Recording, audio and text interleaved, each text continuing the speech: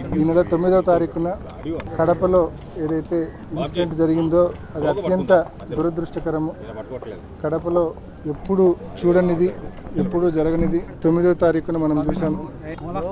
మరి అటువంటి సిట్యువేషన్ మళ్ళీ రిపీట్ కాకుండా కఠినమైన చర్యలు తీసుకోవాల్సిందిగా ఎస్పీ గారిని రిక్వెస్ట్ చేశాము. అదేవిధంగా మొన్నటి ఇన్సిడెంట్లో చాలామంది ఇన్నసెంట్ పీపుల్ను, మైనర్స్ను, ఇరు వర్గాలు రెండు పక్కల చాలా మంది ఇన్నసెంట్ పీపుల్ను, మైనర్స్ను కూడా మరి అనేక జిల్లాలో అనేక జైళ్ళలో పెట్టున్నారు.